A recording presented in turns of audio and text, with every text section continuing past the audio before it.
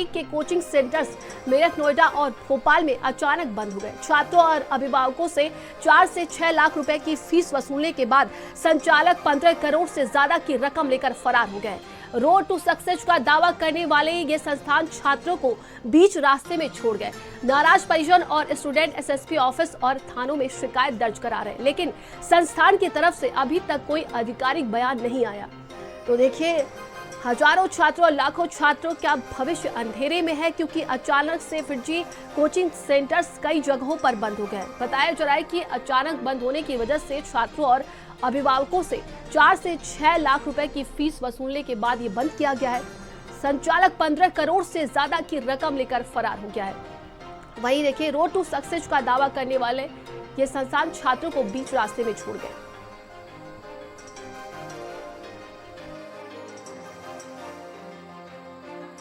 उन्होंने बताया कि यहाँ का स्टाफ चला गया है और पढ़ाई नहीं हो पा रही है, तो इस पर थाना अध्यक्ष ने, जो उनके हेड हैं मिस्टर गोयल हैं, उनको बुलाया है। 3:30 बजे वो आ रहे हैं और अभिभावकों से और बच्चों से बात करा करके या तो वो पढ़ाएंगे, नहीं तो उनका पैसा वापस देंगे। इस बारे में बातचीत चल रही है। सर, कुछ लोगों को गिरफ्तार किया गया? नहीं, गिरफ्तार नहीं किया गया है। ये बच्चे उनके बीच का मामला है, कुछ कंफ्यूजन है उनका।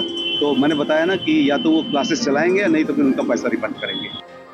मेरा बच्चा क्लास 11th में है और पिछले 6 महीने से फिरजी सेक्टर 62 सेंटर में पढ़ रहा है। और अब अचानक से उसका ट्यूसडे को क्लास था। क्लास से 1 घंटा पहले मैसेज आता है कि आज का आपका क्लास कैंसिल हो गया है। और उसके बाद जो वहाँ का जो स्टाफ था, जो मैनेजमेंट था, उनकी तरफ से मैसेज आया कि हम लोगों को कई महीने से सैलरी नहीं मिल रही थी, इसलिए हम सब लोगों ने वो छोड़ दिया। हम सब ने आकाश ज्वाइन कर लिया है, तो आप अपने बच्चे को आकाश में भेजेंगे। आकाश का भी अभी कोई पॉइंट क्लियर नहीं है, वो फ्री में हमारे बच्चे को क्यों पढ़ाएंगे। हमारा जो है 95% पैसा फिरजी ऑलरेडी ले चुका है, जो मेरे 12th तक का 2 साल का कोर्स के लिए मैंने ऑप्ट किया था। और उसके बाद आज वहाँ हम कल सेंटर पहुंचे तो सेंटर में सुबह कोई था ही नहीं, एक रिसेप्शनिस्ट भी नहीं था, एक गार्ड खड़ा था, वो कह रहा है कि मुझे नहीं पता है कि क्या है। और इसी पर ज्यादा जानकारी के साथ हमारे सहयोगी हमारे साथ जुड़ गए हैं, दानिश, लोकेश और सहयोगी देखिए हमारे साथ जुड़ गए हैं, नरेंद्र हमारे साथ जुड़े हुए हैं। नरेंद्र, आपका रुख करेंगे। देखिए, लाखों छात्रों का भविष्य जो है अब अंधेरे में है।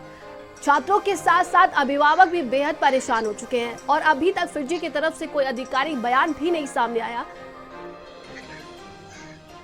देखिए, हमारे समाज में जो मिडिल क्लास है और लोअर मिडिल क्लास है, उसका सपना है कि उसके घर का बच्चा इंजीनियर बने, और उसके लिए वो हर संभव कोशिश करते हैं, अपना पेट काटते हैं, अपनी सेविंग्स में से बहुत सारा पैसा जो है वो निकालते हैं और अपने बच्चे को इंजीनियरिंग की कोचिंग कराते हैं। देश का 1 नंबर का रिजल्ट देने वाला फिरजी जो कोचिंग संस्थान है, उसमें बहुत सारे ऐसे पेरेंट्स हैं जिन्होंने अपने बच्चों को एडमिट कराया था और कई वर्षों से ये जो पढ़ाई लिखाई का दौर है ये चल रहा था।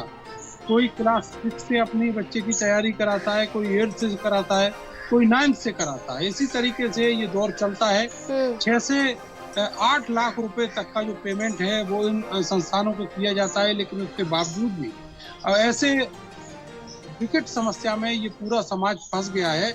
वो हजारों लाखों जो छात्र और छात्राएं हैं वो फंस गए हैं, उनकी पढ़ाई छूट गई है और उनका जो पैसा है वो अब डूबने के कगार पर है। फिलहाल तो उसको डूबा हुआ ही माना जाएगा, क्योंकि जो कोचिंग संस्थान है वो कोचिंग सेंटर में ताला डाल के और भाग गया है। वहाँ की जो फैकल्टी है वो फरार हो गई है, वहाँ कोई जवाब देने वाला नहीं है। क्लास शुरू होने के कुछ ही मिनट पहले, करीब 15 दिन पहले ये मैसेज आया कि अब जो क्लास है वो अनिश्चित काल के लिए पोस्टपोन की जा रही है और वो पोस्टपोन कर दी गई। उसके अलावा जो वहाँ पर फैकल्टी थी वो दूसरे कोचिंग संस्थान में ज्वाइनिंग ले लेती है और उसके बाद जो छात्र हैं वो असहाय हो जाते हैं, बेसहारा हो जाते हैं, उनको जवाब देने वाला कोई नहीं है। बिल्कुल। और अब जो पेरेंट्स और छात्र हैं वो पुलिस की चौखट पर है, प्रशासन के अफसरों की चौखट पर है, मीटिंग्स कर रहे हैं। लेकिन सबसे बड़ी बात यह है कि इस देश में कानून का राज बताया जाता है, मगर ऐसे लाखों लोग अब परेशान घूम रहे हैं, उनके बच्चों को कोई जवाब देने वाला नहीं है। तो ऐसे में जो कानून का राज है वो कहाँ है, कोई अधिकारी बताने को तैयार नहीं।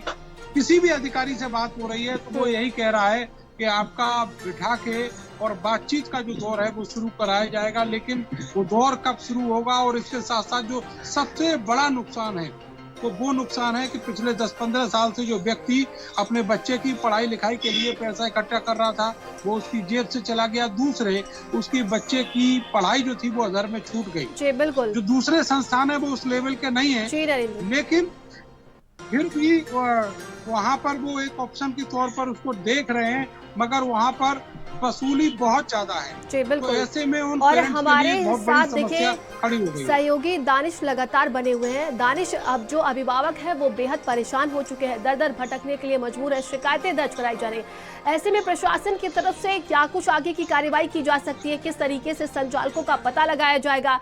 उनके फीस जो है कैसे वापस कराए जाएंगे?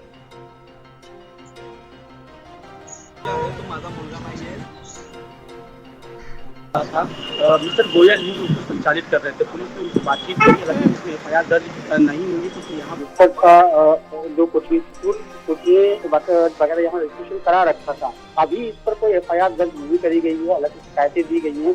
250 से अधिक शिकायतें सिर्फ नोएडा में दी गई हैं अभिभावकों ने, जिन्होंने जो है पेमेंट दे रखा था। किसी ने 2 लाख, किसी ने 3 लाख, किसी ने 4 लाख, किसी अलग अलग फैकल्टी, अलग अलग पैकेज के पैसे पे किए गए थे। और सबसे बड़ी बात कि यहाँ मई के अंदर इसी साल मई में इसका एंट्रेंस एग्जाम है, तो उन बच्चों का जो बिल्कुल पीक टाइम पे है, उनका बिल्कुल तैयारी हो चुकी थी और इस साल उनको एंट्रेंस एग्जाम देना था। सबसे ज्यादा जो डर और सबसे ज्यादा नुकसान है उन बच्चों का है, और वो बच्चे 100 से अधिक हैं जो इस साल जो है अपने एंट्रेंस एग्जाम में बैठते और फिर में वो तैयारी कर रहे थे। ऐसे में पूरी फैकल्टी का छोड़ के चला जाना, रातों रात इंस्टीट्यूट का बंद हो जाना, जाहिर सी बात है कि हजारों बच्चों के भविष्य पे तरीके से कह सकते हैं कि तलवार लटक गई है। कल भी यहाँ पर थाने में कई लोग पहुंचे थे, आज भी सुबह यहाँ पर थाने में पहुंचे हैं।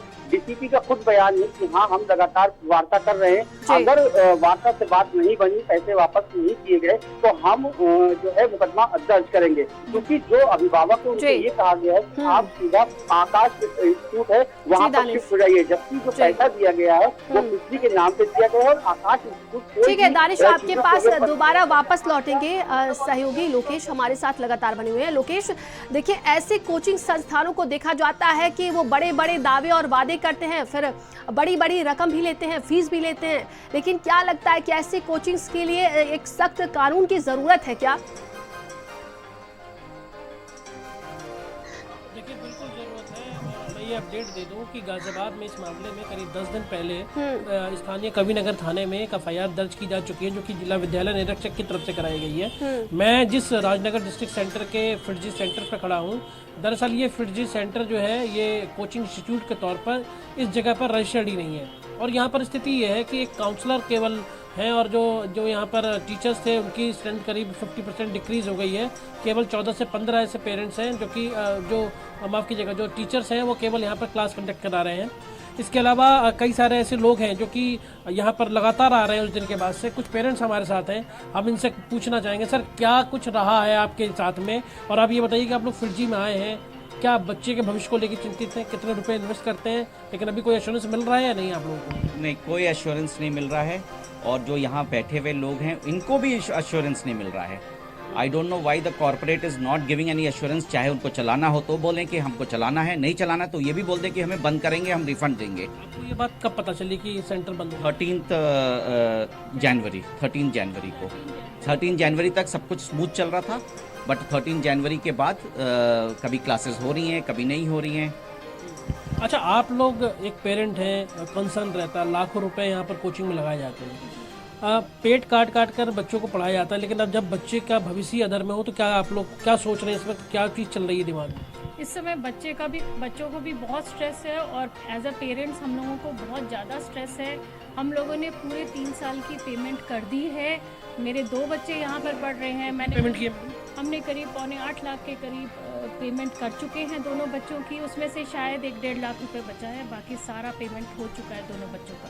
तो देख सकते हैं कि 10 लाख रुपए 2 बच्चों को 3 साल की इस कोचिंग इंस्टीट्यूट में कोचिंग पढ़ाने के लिए दिए गए थे। और स्थिति यह है कि कोचिंग सेंटर दरअसल यहाँ रजिस्टर्ड नहीं है। इस कोचिंग संस्थान के जो मालिकान हैं उनके खिलाफ भी एफआईआर दर्ज की जा चुकी है और पिछले 8-9 महीने से यहाँ पर सैलरी नहीं दी जा रही है। और जो जिस बिल्डिंग के ओनर हैं उन्होंने भी अपने स्तर पर यहाँ पर जो है वो नोटिस लगा रखा है और किसी भी समय इसे बंद किया जा सकता है, क्योंकि उनके ऊपर खुद 45 लाख से ज़्यादा का बकाया है। एक हमारे साथ और पेरेंट मौजूद हैं। साहब ये बताइए, आपका बच्चा किस उसमें पढ़ता है? मेरा पोता है जी 10वीं क्लास में पढ़ता है और बहुत अच्छे, आज ये खराब हो गया है ऐसा नहीं है, इसने बड़े अच्छे रिजल्ट दिए हैं।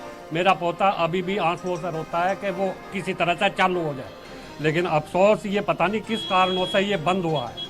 लेकिन सबसे ज़्यादा जो कॉर्पोरेट के साथ समस्या तो है ही है, लेकिन जो बड़ी समस्या ये आ रही है कि जो स्टूडेंट एक मन लगा करके यहाँ पढ़ते थे उनके सामने एक सबसे बड़ी समस्या ये है कि उनके दिमाग में हमेशा ये बातें चल रही हैं कि क्या उनका भविष्य क्या होगा और क्या उनको किसी तरीके से आगे पढ़ाई कैसे सुचारू की जा सकेगी।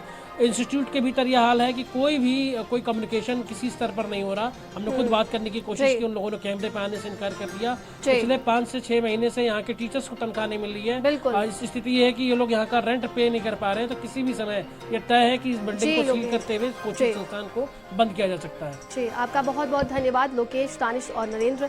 हमारे साथ ये तीनों सहयोगी जुड़े हुए थे। देखिए, फिरजी कोचिंग को लेकर अब तमाम तरह की शिकायतें भी है। अभिभावक बेहद परेशान हो चुके हैं क्योंकि उनके बच्चों का भविष्य अधर में लटक चुका है।